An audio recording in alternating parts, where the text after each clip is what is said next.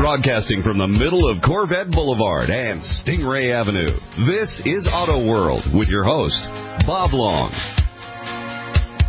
About Corvettes, we're going to get right into it with the CEO of thelubepage.com, our leading specialist when it comes to lubrication, all types of lubrication. He is a certified lubrication specialist with more than 25 years experience, one of the largest Amsoil dealers in the entire North American continent, and he is the man. And we both live in the same neck of the woods, and we've been getting a really bad thunderstorm. Are you getting that storm as well? What's going on? Yes. Dan, in fact, you're getting it. I knocked my phone out a few minutes ago when I was waiting to come on, and so I'm just warning you that if it knocks it out, then you'll have to try to get me back because it's power surges that knock it out. But when that lightning hits, sometimes everything takes a flip. So that is so true. Let's talk about Dan, something that I'm hearing a lot of advertising about. It's mentioned a lot. It's called low sulfur diesel. I hear this low sulfur diesel term used a lot in advertising. What exactly does it mean? Well, they go on to call this, everybody loves these terms these days, clean diesel, right? And the best way to explain this is to give a little bit of a sort of a progression on diesel. Diesel fuel back in the 60s, 80s, 70s, was pretty dirty fuel. And that was one of the things. You didn't refine it as far or take as many impurities out of it because, hey, when you stick it over there in the engine and press it up to 20 or 25 to 1 compression, you're going to set it off no matter what it is. It's going to burn. So not like gasoline where you're going to use a spark ignition and you want to have a certain controlled response with that spark. You're just doing these diesel engines. They were first called a heat engine, meaning that they ignited on heat, and that means very high compressed air is very hot, very hot. So that's how it's compressed. You compress it up. It's, like I said, 20 to 1, 25 to 1 compression. Folks, if you can imagine that when we're using those terms, atmosphere is about 15 pounds. So 20 to 1 compression would be 300 pounds per square inch pressure in the cylinder.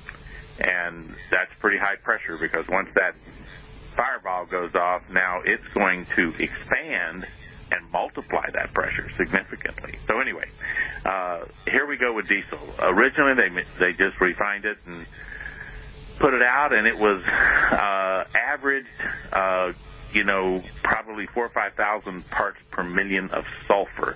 Now, the deal about this is sulfur's in crude oil. It's just part of the mix of makeup of the petroleum. So you refined it down and got it clean enough, and you didn't care about the sulfur. But sulfur creates different problems for us in the atmosphere. It becomes sulfuric acid eventually and can participate in acid rain. So Sure. It became that, hey, we can't really live with 5,000 levels, so we're going to have to clean this stuff up some. So the first effort was around 2,500 parts per million, okay? Seems pretty decent, but it wasn't considered good enough because we're still getting too much out of the tailpipe. So the next level was called low sulfur diesel, and that meant it couldn't be more than 500 parts per million. Sounds pretty good. We're making progress from 5,000 down to 500. Boy, Yeah. sounds like we've made the grade, right? But that's not the end of it. The requirement now is it cannot be greater than 15 parts per million. Think about that for just a minute, our audience out there, folks. We get beat up all the time, you hear, by people that we're just not serious about cleaning up the atmosphere. We're not doing enough. We're not doing enough. From an average of 5,000 parts per million down to less than 15, I'd call that a pretty determined effort to get the sulfur out of the exhaust coming out of a diesel engine, seems to me. But here's the thing about that. When you get down to 15 parts per million, you've created some other situations, and I know we're abbreviating a little bit shorter time tonight, so let me hit these quickly. Sulfur was the element within diesel that really gave it actual lubricating quality. If you take the sulfur out of the diesel, it becomes, some people, old-timers refer to it as dry diesel. It doesn't have any lubricating quality. Well, folks, in these diesel engines, all of the moving parts of these incredible high-pressure fuel pumps, I mean, they're pumping this stuff up to pretty high pressure, okay? And then in the injector itself, as it fires, it's got little moving parts that move in order for it to inject diesel into the cylinder. And all these things depend upon that diesel as their lubricating element in order to prevent wear. So when you go from 2,500 to 500 to 15, you've just about eliminated the ability of the diesel to lubricate all those parts that we used to count on it doing the lubrication. So here's the important thing to our listeners. If you have a modern diesel, in particular, a 2000 or later version, they have made efforts to improve the materials to not require as much lubrication as the ones prior to that required. But it doesn't make any difference. You still need lubrication. And the government requires a certain amount of lubricant additive into the diesel to restore some lubricity to the diesel. But it is what's called lowest concentration allowed. So what you're doing is letting the government decide that this very low, inadequate amount of lubricating quality of your diesel will be satisfactory for your fuel injectors and your fuel pump. By the way, replacing a fuel pump, $2,500 to $4,000. Injectors anywhere from $400 to $800 a piece. So it's not a good idea to depend upon that lowest concentration allowed to protect your engine. So here's my tip, my advice, the best I can tell you. Use somebody's quality diesel additive. Now, we make one in Amsoil. It's a good one. I can just name a couple other companies. Stanadyne makes a good one. There's other companies that make these things. But what you need to do is find the one of your choice and run it, because you need to make sure that you have adequate lubricity in your diesel so that your diesel fuel system components will last forever, because that's what you want them to do. You don't want to have to replace those things in the life of the engine. So understand that clean diesel means ultra low sulfur, less than 15 parts per million, and provide you with very little lubrication within the fuel system itself. So that's my tip of the night for low sulfur fuel and clean diesels is, thank God they're wonderful. They are very clean running engines, extremely clean. And the fact that we can do something to make up for the lost sulfur is a wise thing to do. And so that's that story, Bob. And it's a great answer. Let's go, speaking of diesels, to Oklahoma City, Oklahoma, one of our great live affiliate stations. When we come back after this message, guess what, Dan? We got a diesel question. How do you like that right off the bat? On the other side, straight ahead, right here on Auto World. And now, back to the show with the highest octane, Auto World, and your host, Bob Long. Thank you so much for joining us. I am Bob Long, along with Dan Watson, CEO of the Lube Page. We're taking your questions, and from Oklahoma City, we've got a question. Dan, I have a 2002 Dodge diesel pickup. I'm a little confused on the correct engine oil to use. The latest oil I see is CK-4, but my owner's manual says CI-4 plus. Please help. So that's a little confusing. You can help them out. Well, it's a good question, because these things do change, and they change for a purpose.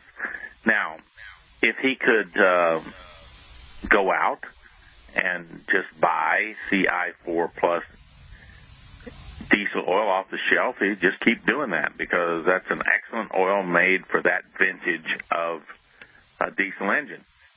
Unfortunately, that's not easy to do these days, because the way they make oil is to say that a latest version is backward compatible, meaning that it will replace or cover those previous applications. So there was one in between, which was CJ-4, that just means we went from CI-4 to CJ-4. Now it's CK-4 oil, okay? So in reality, the CK-4 oil will, in fact, backward compatible cover the requirements for that. Now, if it were my 2002 Dodge diesel, 5.9 turbo diesel, great engines, I'd still find myself a real CI-4 Plus rated oil. Reason? The CI-4 Plus oil was a very robust additive package with very high levels of zinc and phosphorus and other protective agents. 2008, the Environmental Protection Agency clamped down on some diesel things and said, well, you got to lower that zinc and phosphorus to protect the newly installed catalytic converters that are going into the diesel exhaust systems. And so that meant that we would have to have a lower zinc and phosphorus oil for those applications. Now, CK-4 is an improvement on the CJ-4 from the standpoint of making up for that loss of anti-wear additives. But you can find a true CI-4 Plus oil that is not rated CJ-4 or CK-4, just CI-4 Plus. That means that it retains its original additive package and it hasn't been changed for the newer levels. About the only places I know you can find that, you can buy that from Amsoil Synthetics. They make an oil called heavy-duty diesel and marine engine oil, which is still just CI-4 Plus rated and has not lowered its zinc and phosphorus. But the new Amsoil CK-4 Max Protection diesel oil has better characteristics than that original CI-4 Plus. So if you can't find a CI-4 Plus and you're willing to go to the newest one, I suggest that you give that new Amsoil synthetic diesel oil a shot, because it is the most remarkable, has 6 times the required protection of the Detroit diesel specification for that wear characteristic, 6 times that protection. So that's about all I can tell him about that. He's got some choices, but all of them are pretty good, and he's got a really good diesel engine, that 5.9 in that vintage of truck. They won't go but about 1 million miles. That's about all. Oh, wow. That's remarkable. Stan in Nashua, New Hampshire, listening on one of our great affiliate stations, sends us over a note. Snowmobile season is coming right around the corner, and I have a 4-stroke snowmobile. Does Amsoil make a 4-stroke oil for this application? Well, of course, considering Amsoil is located basically in Duluth, Minnesota, Superior, Wisconsin, they might be, what's the old thing, tarred and feathered in town if they didn't make snowmobile oil. Because if you talk with the people that work for Amsoil up in Superior, Duluth area, the only thing they complain about in January is there's not enough snow. They want enough snow to go do all those winter things that they love to do and ride those snowmobiles. And, you know, Bob, they have trails for snowmobiles that run from Duluth all the way up to International Falls.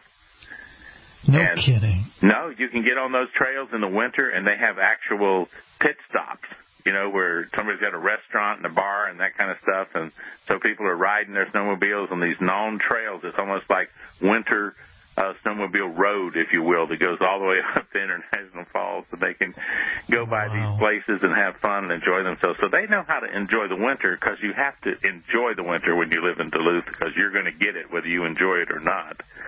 So you have to get tough or die, as they say. But the oil that Amsoil makes for this is called Formula 4-Stroke Power Sports Oil, and it is a 0W40 formula. And I assure you it was made specifically for these applications. There's nothing like it. I mean, it's you want an oil that you can start up and that it'll do well in those really cold conditions. And this oil will do well without any trouble at 30 degrees below zero, okay? So 30, 35 below zero, not wind chill factor, but actual temperature. It's not going to restrict your engine from cranking over and cranking up. So it'll provide you excellent protection for that. And, hey, it's you got to be able to make that. If you're a company that claims to be from Duluth, Minnesota, you got to be able to make all the snowmobile stuff. So, yeah, they make it, and it's as good as it gets. Monty in Lakeland, Florida, sends us a note saying, I have a bass boat with a 150 Evinrude outboard motor. The motor comes with the ability to use a petroleum, but I have switched to using synthetic. Synthetic is recommended. Will I hurt the engine by using petroleum? Well, what he's talking about with these Evinrudes is they have the ability, you have to put a setting in if you're going to use petroleum, because they actually recommend that you use this high-performance synthetic. It's called, it's an Evinrude E-Tech oil, XD100, I think is the name of it. I'd have to check that to make sure. But it's a high-quality synthetic two-stroke oil. Now, one thing about the Evinrudes, they supersede, or exceed, I should say, all of the California Air Resources Board's pollution requirements. They're absolutely the cleanest running outboard motor. They have better pollution footprint than a four-stroke outboard. Okay? And remember, people said maybe 15, 20 years ago that the outboard motor was dead. It would never be able to run clean enough to match up with the EPA requirements, especially the California Air Resources Board CARB requirements. But these Evinrude E-Tech engines are direct injected two-stroke engine, and they meter the fuel so perfectly, but the oil doesn't come in with the fuel like it does in most two-stroke engines. You either mix it in the tank, or you have a proportioning system that mixes it into the gas flow as it's headed to the engine, and you get the right mixtures. Well, there's no oil and gas mixture in a Evinrude E-Tech. The gas is direct injected into the cylinder, so the oil has to come in via the air intake system. So you have to get a good mixability in air, miscibility, okay, so that this stuff will be like a mist, a real fine mist of oil coming in, and it will then lubricate the engine as it's supposed to. Well, turns out petroleum's not very good at this because it's a jumble of heavyweight molecules and metallic substances like zinc and phosphorus, things that just don't do that as well. So the synthetic two-stroke, I need to finish this when we come back from the break, because it's important for people to understand this, of why it's important to run synthetic two-stroke oil in any of these outboard motors. Absolutely. We have a lot of boaters listening to the show, so you're going to want to stick around with more great information from Dan Watson, CEO of the lubrication.com. It's coming straight ahead. Hey, it's Billy F. Gibbons from ZZ Top, and you're listening right here to Auto World. Welcome back, everybody. Thanks for being here. We've got Dan Watson with us from the lubrication.com, and you can email Dan anytime, 24/7, Dan Watson at thelubricapage.com, or myself, Bob, at autoworldradio.com. Before the break, the Hard Network break, we were talking about outboard motors, and Dan thought it was important to finish up on this particular topic, so go right ahead, Dan. Well, we were talking about this Evinrude E-Tech engine and the ability to either run it on petroleum or run it on synthetic. I wanted to mention that when you shift it over and decide to run on petroleum, it runs at a 50-to-1 mixture, and it then loses all of its pollution-free certification, every bit of it. It won't pass anything because the amount of hydrocarbons coming out of it just explode because of the thick running, not easy to burn petroleum two-stroke oil that's just clogging everything up and polluting. Now, you shift it over to a high-performance synthetic like either the Evinrude E-Tech oil or the Amsoil HPM, high-performance marine, and all of a sudden all those pollution factors disappear. So, folks, these engines, either whether it's an Evinrude E-Tech or whether it's your Mercury or your Yamaha or your Nissan, I don't care what it is, they will all run better with better efficiency, more power, and less pollution if you run a quality synthetic two-stroke engine oil. It's just a simple fact. It takes less synthetic two-stroke oil to provide the same protection as thick amounts of two-stroke petroleum. So with the Amsoil synthetic two-strokes, they burn clean, meaning that they leave no residue in the cylinder. Everything burns out. These engines will run clean. I deal with marinas, and these engines are taken down for one reason or the other, and always the comment is that engine is just clean. It's like it's new. It doesn't have any buildup in it. And that's remarkable in a two-stroke engine. So do yourself a favor, whatever you've got, I recommend you look at the Amsoil synthetic two-strokes because I know they work and I know how perfectly they work. But get somebody's synthetic two-stroke in your outboard motors. You will be doing yourself a favor. I sometimes, just tongue-in-cheek say that using petroleum two-stroke oil in outboard motors might be considered as outboard motor abuse. And you may have to be reported to the National Marine Manufacturers Association for abusing outboard motors. So, tongue-in-cheek, but it's somewhat true, is that your outboard motor is really being abused with that old, thick petroleum two-stroke oil. So let's move on, Bob. Let's go to Willie in Macon, Georgia. He says, I have some muscle cars from the late 60s. I heard you mention the need for oils with sufficient additives to protect the cams and lifters in these cars. Will I damage the cars using SN Plus rated oils? Well, it's a good question. SN Plus is the newest rating on these oils. And by the way, we discussed in a previous show that SN Plus has to do with the oil being able to resist low-speed pre-ignition. So all of you out there with direct injected engines, again, be sure to look for that SN Plus. Don't run the standard SN. Look for SN Plus, telling you that you can avoid that damaging low-speed pre-ignition that can take place in a direct injected engine. Now, on to Willie's question. You could probably run a good oil from a top-rated company like Amsoil or Mobil or Castor Oil in these engines, even SN Plus rated, and you'd probably get by. But here's the point.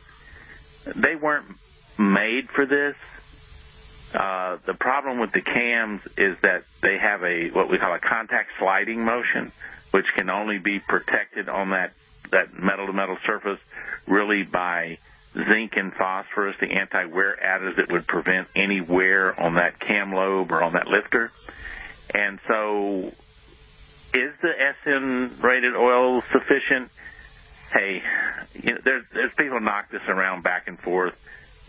My advice is to consider that the manufacturers didn't expect a low level of zinc and phosphorus when they built those systems, and so they wouldn't be saying whether it would work or not because they never anticipated such a thing. So we just might want to say, well, the cautious, prudent thing to do is provide that engine with the type of oil that it was expected to encounter when it was built, and stick with that, because to move on to something else, you could be the experimental case to determine whether it works well or not. But if it wears out your camshaft and your lifters, you're not going to be happy with the results of you being the experimental case. So if you stick with the stuff that we know will work, then you won't be the guy experimenting, and you'll get the best coverage. Now, from Amsoil, they make these oils called Z-Rod, and they're high in zinc and phosphorus. They're made for these cars. We're not the only people that make something like that, but I would highly advise you to look for the oil that says that it's made to match up with these cars. Great advice. Here's an interesting question from Luann in Huntsville, Alabama. As a single mom, I hate going to the garage or lube page to get my car serviced. They always want to sell me something I don't really need. they think I'm a dumb woman. I hear that you've said that Amsoil will go up to 25,000 miles or 1 year.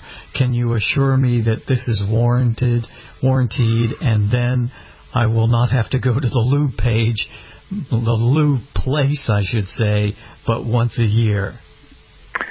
I can't tell you how important this is to a number of people, because I have a lot of ladies that are customers of mine over the years. Women hate going to shops and lube places for mechanics and people by themselves when they don't have a husband, a brother, a father, or somebody to do it, because they get a lot of condescension and treated as if they don't know what's good, and sometimes they get taken advantage of. I know that for my daughter when she was away in college. Some people wanted to do some work which is going to amount to about $3,500, and when I got her to bring the car home and take it to our trusted mechanic that we use, it turned out to cost $6 to fix it. So these things can happen, and I understand women on this. Now, here's the thing. Yes, this is a great thing. You can change your oil once a year with Amsoil Signature Series oil, and we have what's called warranty assurance. And what that means is that if you put Amsoil in your car and you use Amsoil as dictated by Amsoil in accordance with their instructions, Amsoil will warrant that that oil will not be the cause of any damage to your engine. If you put it in the transmission or in the gears, wherever you put it, Amsoil warrants that.